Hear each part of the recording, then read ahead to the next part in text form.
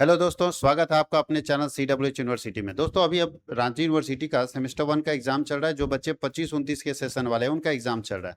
और रांची यूनिवर्सिटी में जितने कॉमर्स के स्टूडेंट हैं उनको एमडीसी पेपर में ई कॉमर्स मिला हुआ है। और ई कॉमर्स बहुत सारे बच्चे परेशान है कि सर ई कॉमर्स को हम कैसे तैयार करेंगे, कैसे उसका प्रिपरेशन करें, कैसे उसका एग्जाम लिखे।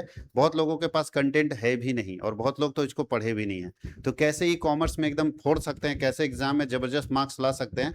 तो आपको मैं बता दूं, इस चैनल पे यूनिवर्सिटी के सारे कोर्सेस आपको मिलेंगे और एग्जाम टाइम में तो फ्री क्लासेस यूट्यूब के ऊपर जबरदस्त मिलता है। तो अभी हम लोग ई कॉमर्स नहीं, सारे पेपर जो कॉमर्स के हैं, चाहे वो मेजर पेपर हो, माइनर पेपर हो, एमडीसी पेपर हो, एसईसी पेपर हो, बीएससी पेपर हो, आईकेएस पेपर हो या एईसी पेपर हो, कंप्लीट जो है सॉल्यूशन देने वाले हैं। और सब जो अभी पढ़ाएंगे, अभी एग्जाम के समय जो पढ़ाएंगे, देखिए हम लोग इंपॉर्टेंट क्वेश्चन बनाते हैं, unit by unit important question बनाते हैं, हर यूनिट का इंपॉर्टेंट क्वेश्चन। इसका मतलब है जो क्वेश्चन बना रहे इससे बाहर जाने का तो कोई चांस ही नहीं है, इससे बाहर क्वेश्चन आएगा ही नहीं। क्योंकि एक यूनिट का इंपॉर्टेंट क्वेश्चन बना रहे, फिर सेकंड यूनिट का, थर्ड यूनिट का, तो हर यूनिट का हम इंपॉर्टेंट क्वेश्चन हम लोग बनाते हैं। तो इससे बाहर जाने का कोई सवाल ही नहीं उठता, कोई बात ही नहीं होती। सारे क्वेश्चन इसी के अंदर से रहेंगे, आप श्योर रहिएगा।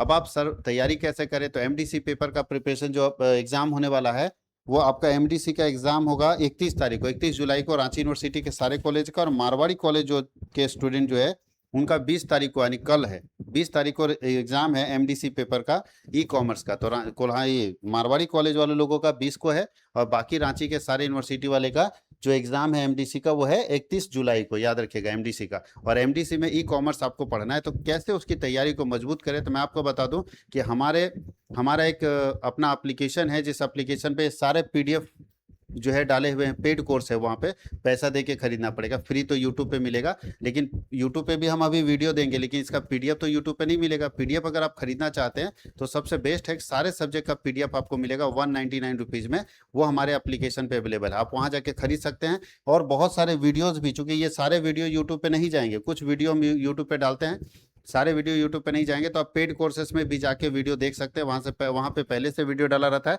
तो आपके पास पहले से पीडीएफ और वीडियो रहेगा, तो खुद भी पढ़ के इसको समझ सकते हैं। बहुत ही आसान है। तो कैसे खरीदेंगे सर पीडीएफ कोर्स, बहुत सारे बच्चों का कमेंट आता रहता है कि आखिर पीडीएफ कोर्स हम खरीदे कैसे। तो थोड़ा सा 2 मिनट का समय आपका लेंगे और उन लोग बच्चों को मदद कर देंगे जो खरीदने में परेशान हो रहे हैं, जो नहीं खरीद पा रहे हैं पीडीएफ कोर्स। तो देखिए कैसे पीडीएफ कोर्स खरीदेंगे। तो सबसे पहले मैं आपको बता दूं कि पीडीएफ कोर्स खरीदने के लिए आपको सबसे पहले प्ले स्टोर में जाना है। प्ले स्टोर में जाके CWH ऑनलाइन एकेडमी का एप्लीकेशन इंस्टॉल करना होगा।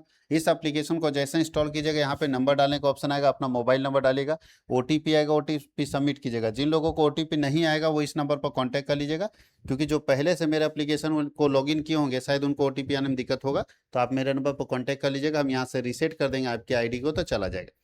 जैसे ओटीपी सबमिट कीजिएगा, आपके पास एक बॉक्स खुलेगा जो पर्सनल डिटेल भरने का, जिसमें अपना नाम, अपना ईमेल आईडी, फ़ोन नंबर और स्टेट का नाम भरना होगा। भर के जैसे सबमिट कीजिएगा, आपके पास ये बॉक्स खुलेगा। आपके पास इस तरह का ऑप्शन दिखेगा कैटेगरी का। आप कैटेगरी में चूंकि यूनिवर्सिटी के स्टूडेंट है, तो आप ऑल यूनिवर्सिटी चुन के सेव कर देंगे। जैसे यूनिवर्सिटी चुनेंगे, सिर्फ यूनिवर्सिटी कोर्सेज दिखेंगे, ये सब कोर्सेज नहीं दिखेंगे। ठीक है, तो आपको यहाँ पे यूनिवर्सिटी के कोर्सेज दिखेंगे। जैसे यूनिवर्सिटी के कोर्सेज में सेव करेंगे, देखिए यहाँ ऑल यूनिवर्सिटी एक्टिव हो गया। अब आपके पास 2 ऑप्शन है, पेड वीडियो कोर्स और पेड पीडीएफ कोर्स। तो जो स्टूडेंट अभी 25-29 सेशन के हैं वो वीडियो कोर्स ना खरीदे, क्योंकि 25-29 का तो भी एग्जाम हो रहा है। वो खरीदेंगे क्या, पेड पीडीएफ कोर्स। और जो लोग 26-30 के स्टूडेंट, देखिए 26-30 वाले जो स्टूडेंट हैं वो वीडियो कोर्स खरीद सकते हैं। कॉमर्स के 7 सब्जेक्ट का प्रिपरेशन होगा, ऑल पेपर, सारा का सारा पेपर का प्रिपरेशन, वो भी वीडियो के साथ, यानी लाइव क्लास होगा, उसका रिकॉर्डेड वीडियो मिलेगा, पीडीएफ नोट्स मिलेगा। उसके बाद इंपॉर्टेंट क्वेश्चन का नोट्स हम लोग अलग से देंगे। सारे सब्जेक्ट का सारा पेपर, चाहे वो मेजर पेपर हो, माइनर पेपर हो, बीएससी पेपर हो, एसईसी पेपर हो, एमडीसी पेपर, आईकेएस पेपर हो या एईसी पेपर हो, सारे पेपर का। तो जो अभी 25-29 वाले हैं जिनका एग्जाम अभी चल रहा है, वो पेड वीडियो को पीडीएफ कोर्स में जाएंगे। और 26-30 जो अभी एडमिशन ले रहे हैं उनके लिए पेड वीडियो कोर्स है। अब चलते हैं यहाँ पे। सर जैसे वो पेड पीडीएफ कोर्स में क्लिक कीजिएगा, ये ऑप्शन दिखेगा। ऑप्शन में आपको अपना यूनिवर्सिटी देखना है, रांची यूनिवर्सिटी यहाँ पे है। व्यू में जाएंगे तो आपको कोर्स बहुत सारा दिखेगा, वहाँ पे कॉमर्स का कोर्स है तो मेजर कॉमर्स वाला कोर्स आप खरीदिएगा। कोई मेजर हिस्ट्री का बच्चा है तो मेजर हिस्ट्री वाला कोर्स खरीदेगा। कोई मेजर इकोनॉमिक्स का स्टूडेंट है तो मेजर इकोनॉमिक्स वाला खरीदेगा। वहाँ आर्ट्स और कॉमर्स का पीडीएफ कोर्स अभी अवेलेबल है, साइंस का पीडीएफ कोर्स अवेलेबल नहीं है, ध्यान रखिएगा। तो 199 में आप खरीद सकते हैं, 199 रुपये में पीडीएफ कोर्स आप खरीद सकते हैं। 199 रुपीज़ में जाके वहाँ पीडीएफ कोर्स। और जो वीडियो वाले स्टूडेंट हैं वो वीडियो में जाएंगे तो इसी तरह से वीडियो कोर्स दिखे, जो यहाँ है उसी के अकॉर्डिंग वहाँ भी दिखेगा।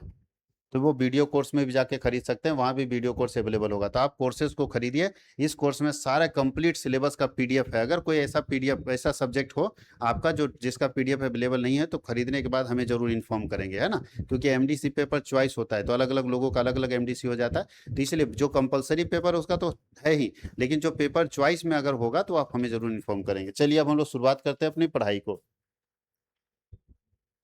और शुरुआत कर रहे हैं फर्स्ट यूनिट का। ध्यान रखिएगा, लेक्चर 1 है एमडीसी पेपर ई कॉमर्स का। तो फर्स्ट यूनिट में हम लोगों को पढ़ना है e commerce and it's technological aspect, जिसमें हम लोग जो मॉडल सेट बनाते हैं इंपॉर्टेंट क्वेश्चन का, उसमें वेरी शॉर्ट क्वेश्चन रहेगा, शॉर्ट क्वेश्चन रहेगा, लॉन्ग क्वेश्चन रहेगा।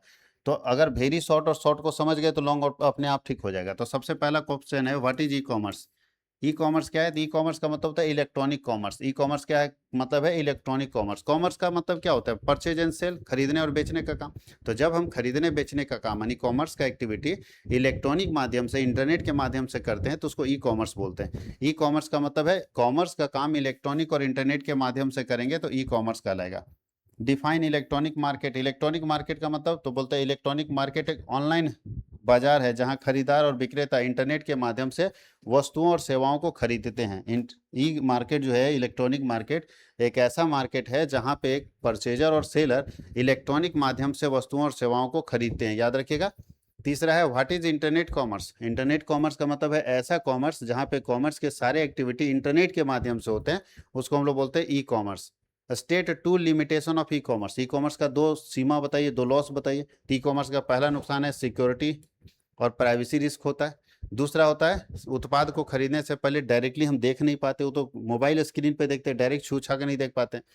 What is web based e commerce. Web based E commerce का मतलब है अगर आप अपना ई कॉमर्स यानी इलेक्ट्रॉनिक कॉमर्स का काम वेबसाइट के जरिए कर रहे हैं, वेबसाइट के जरिए अपने सामान को बेच रहे हैं, तो उसको बोलते हैं web based e commerce. Website पे अपना सामान बिक रहा है तो। डिफाइन ई बिजनेस। ई बिजनेस का मतलब बिजनेस का काम अगर इलेक्ट्रॉनिक माध्यम से हो रहा है तो वही बिजनेस है।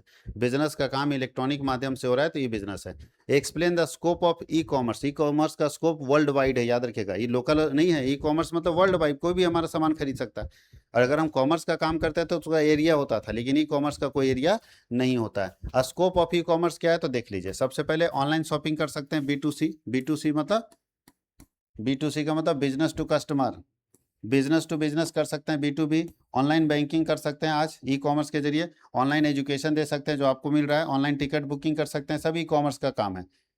डिजिटल मार्केटिंग कर सकते हैं और ई गवर्नेंस आप आसानी से कर सकते हैं ई कॉमर्स के जरिए। Explain the benefit and limitation of E commerce. E commerce का फायदा क्या है तो चलिए देखिए। 24/7 अवेलेबिलिटी है, 2400 घंटे 7 दिन काम चल रहा है। ग्लोबल मार्केट है इसका, टाइम बचाता है, लागत बचाता है। वाइड चॉइस है, पूरे बड़े पैमाने पर इसका चॉइस है, बहुत सारे कामों को एक साथ करता है और फास्ट एंड ईजी ट्रांजेक्शन करता है। डिमेरिट क्या है इसका तो पहला डिमेरिट है सिक्योरिटी और प्राइवेसी रिस्क है।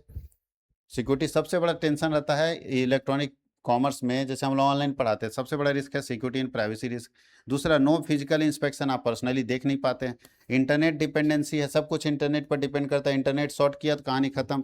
डिलीवरी डिले, बहुत बार ऐसा होता है कि डिलीवरी टाइम पर नहीं मिल पाता है। टेक्नोलॉजिकल प्रॉब्लम, बहुत बार वेबसाइट सर्वर ये सब में बहुत सारे टेक्निकल प्रॉब्लम आ जाते हैं। तो ये कुछ डिमेरिट है इलेक्ट्रॉनिक बिजनेस का, लेकिन फिर भी इलेक्ट्रॉनिक बिजनेस जो है धूम मचा रहा है। अब यहाँ लिखा है डिफरेंस बताइए, पुराना बिजनेस और नए बिजनेस में क्या अंतर है। तो चलिए यहाँ देखिए, ट्रेडिशनल कॉमर्स जो पहले होता था और अभी इलेक्ट्रॉनिक कॉमर्स। ट्रेडिशनल कॉमर्स में क्या होता था तो खरीद और बिक्री भौतिक दुकानों में होती थी, यानी कोई दुकान होता था वहां जाके हम सामान खरीदते बेचते थे। यहाँ कोई दुकान नहीं है, सबका सब किससे हो रहा है, इलेक्ट्रॉनिक। तो पुराना जो बिजनेस था उसमें दुकान के माध्यम से सामान खरीदते बेचते थे, अब हम इंटरनेट के माध्यम से सामान खरीदते बेचते हैं। ग्राहक को दुकानदार दुकान जाना पड़ता था, ग्राहक को दुकान जाना पड़ता था, यहाँ क्या हो रहा है, ग्राहक कहीं भी नहीं जाता है, कहीं भी खरीदारी कर लेता है, उसके लिए दुकान जाने की जरूरत नहीं। व्यापार निश्चित समय तक ही होता था, यानी सुबह 10 बजे दुकान खुलेगा, शाम में 5 बजे बंद हो जाएगा, तभी तक ना बिजनेस होगा। और अभी 2400 घंटे 7 दिन चल रहा है। संडे मंडे मान ली पता चला इसके ससुराल में कोई मर गया तो दुकान बंद कर देता था, यहाँ तो कुछ नहीं, 2400 घंटे चल रहा है। इसमें जो बिजनेस होता था नगद होता था, यहाँ जो है वो net banking, debit card, UPI card, ये सब के जरिए भी पेमेंट का ऑप्शन है। बाजार स्थानीय ग्राहकों तक सीमित होता था, मार्केट जो है एरिया एक लोकल एरिया तक फिक्स होता था, ये वर्ल्ड वाइड है, पूरे ग्लोबल है।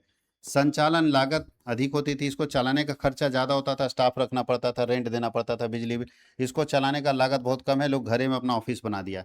खरीद के तुरंत बाद वस्तु मिल जाती थी, यानी जैसे खरीदेगा तुरंत, अभी गए पैसा दिए तुरंत सामान मिल गया, लेकिन इसमें समय लगता है। हो सकता है 2 से 3 दिन आपको डिलीवरी में लगे। तो इसलिए कुछ जगह पे जैसे मान लो मेहमान आ गया, समोसा खिलाना है, तो अब आपको ये वाला अच्छा लगेगा, तुरंत लेकर आ गए, ये वाला पॉसिबल नहीं है। हालांकि अभी ब्लिंकिट वगैरह आ गया, तुरंत आपको पहुंचा देता है, इसमें भी आ गया कि एकदम फास्ट डिलीवरी है, फिर भी समय लग जाता है। अब अचानक आया, आप ऑर्डर मारिएगा तो 10 मिनट 20 मिनट भी लगा, तब तो मेहमान चले गए। और यहाँ पर्सनली कर सकते हैं, तो कुछ फायदा है कुछ घाटा है। Explain the framework of E commerce. E commerce के फ्रेमवर्क क्या है, कैसे कैसे ई कॉमर्स काम करता है। तो चलिए, component of framework. E commerce के लिए आपको नेटवर्क इंफ्रास्ट्रक्चर चाहिए, यानी इंटरनेट जबरदस्त चाहिए। ई कॉमर्स के लिए हार्डवेयर और सॉफ्टवेयर भी चाहिए। ई कॉमर्स के लिए डेटाबेस चाहिए। ई कॉमर्स के लिए सिक्योरिटी सिस्टम चाहिए। ई कॉमर्स तभी चला सकते हैं, सिक्योरिटी सिस्टम नहीं रहेगा। ई कॉमर्स के लिए पेमेंट गेटवे चाहिए, पैसा कैसे लीजिएगा। बायर और सेलर होने चाहिए। और ई कॉमर्स के लिए लीगल और गवर्नमेंट सपोर्ट भी होना चाहिए। सरकार अगर रूल्स रेगुलेशन नहीं बनाएगी तो बहुत दिक्कत होगा ई कॉमर्स में। Explain the architecture of web based e commerce. अगर वेबसाइट के बेस्ड, हम लोग हो सकता है बहुत सारी कंपनियां ऐसे जो वेब बेस्ड प्रोडक्ट बनाती है, मोबाइल में नहीं, मोबाइल एप्लीकेशन उसका नहीं, वेबसाइट पे उसका सामान मिलता है, मोबाइल एप्लीकेशन नहीं है। कुछ का जैसे अमेजन का मोबाइल एप्लीकेशन भी है, लेकिन कुछ का मोबाइल एप्लीकेशन नहीं है, वो डायरेक्ट वेब बेस्ड है, वेबसाइट पे जाके आप खरीद सकते हैं, तो उसको बोलते हैं वेब बेस्ड ई कॉमर्स। तो वेब बेस्ड ई कॉमर्स के लिए क्या क्या चाहिए, तो एक क्लाइंट चाहिए, वेब ब्राउजर चाहिए। बहुत सारे वेब ब्राउजर है आज के समय में, आप उसमें से कोई एक वेब ब्राउजर चुन लो। वेब सर्वर चाहिए आपको, एप्लीकेशन सर्वर चाहिए आपको, डेटाबेस सर्वर चाहिए आपको, पेमेंट गेटवे चाहिए आपको, डिलीवरी सिस्टम आपको चाहिए। ये है इसका। इसका फायदा क्या होगा, फास्ट, इसका फायदा क्या मिलेगा, फास्ट ऑनलाइन ट्रांजेक्शन होगा, सिक्योर पेमेंट सिस्टम होगा, इजी एक्सेस फ्रॉम एनीवेयर होगा, और बेटर कस्टमर सर्विसेज यहाँ पे आप दे पाएंगे। चलिए, लॉन्ग आंसर टाइप क्वेश्चन में देखते हैं। यहाँ तक हम लोग समझ गए, वेरी शॉर्ट और शॉर्ट एकदम ई कॉमर्स का बहुत मजेदार तरीके से। Explain e commerce in detail along with its scope, advantage and disadvantage. अभी बता चुके हैं, ई कॉमर्स को समझाइए, उसका स्कोप, उसका एडवांटेज डिसएडवांटेज सब ऊपर डिस्कस कर चुके हैं, एडवांटेज भी, डिसएडवांटेज भी, स्कोप भी। फिर भी चलिए बता देते हैं, स्कोप क्या है इसका। तो स्कोप है B2C, अभी बताए थे, बिजनेस टू कस्टमर। दूसरा B2B, बिजनेस टू बिजनेस। ये ऑनलाइन में ध्यान रखिएगा, बिजनेस टू बिजनेस भी करिए, बिजनेसमैन को बेचता है।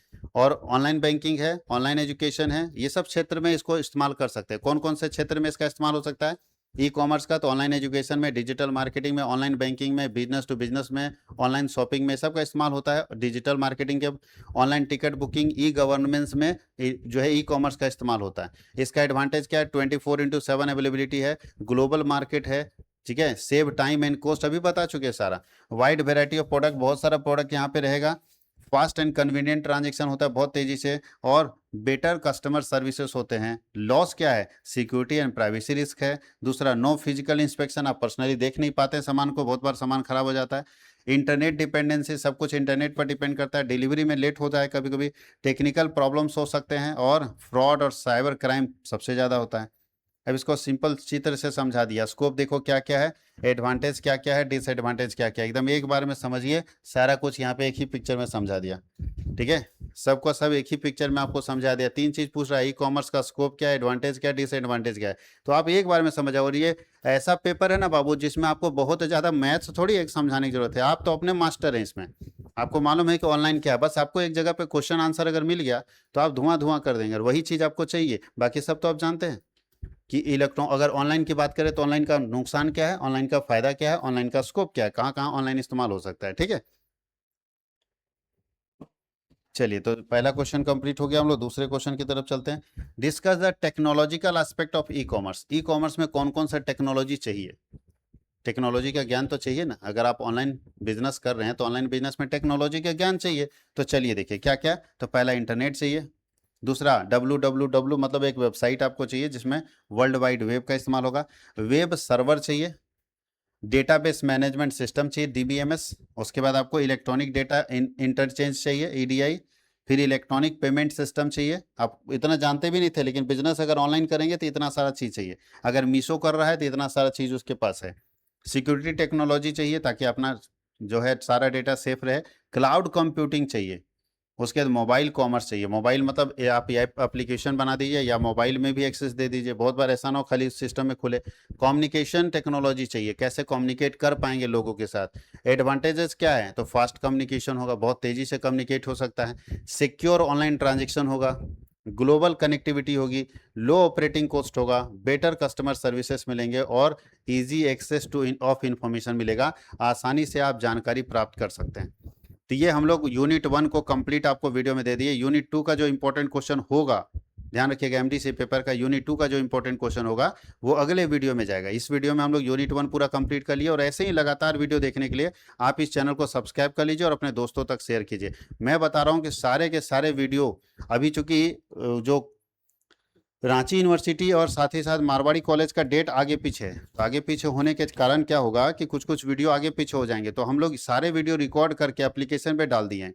एप्लीकेशन में जब ये कोर्स 199 वाला खरीदेंगे तो वहाँ पे सारे वीडियो मिलेंगे, तो आप वहाँ देख सकते हैं। ठीक है, अभी आपको क्या करना है कि एप्लीकेशन पे कोर्सेज खरीद के वहाँ पे जाके वीडियो देख लेना है। कुछ कुछ वीडियो यूट्यूब पे भी जाएंगे, तो आप यूट्यूब से भी फ्री, जो बच्चा एप्लीकेशन में नहीं खरीदना चाहता वो यूट्यूब पे फ्री में देख ले, तो यूट्यूब पे फ्री में वीडियो मिलेंगे, बट पीडीएफ कोर्स वहाँ पे अवेलेबल नहीं होगा। पीडीएफ कोर्स अगर आपके पास रहेगा तो आप बहुत अच्छे से एग्जाम लिख सकते हो, क्योंकि आपकी तैयारी बहुत अच्छी नहीं होगी, हमको पता है। तो जब तैयारी अच्छी नहीं है ये सब पेपर का, क्योंकि सब मेजर पेपर पढ़ने में बिजी रहते हैं, ये सब पेपर को ध्यान नहीं देते, अब समझ में आ रहा है कि सर इतने सारे पेपर, इतना सारा पढ़ना है।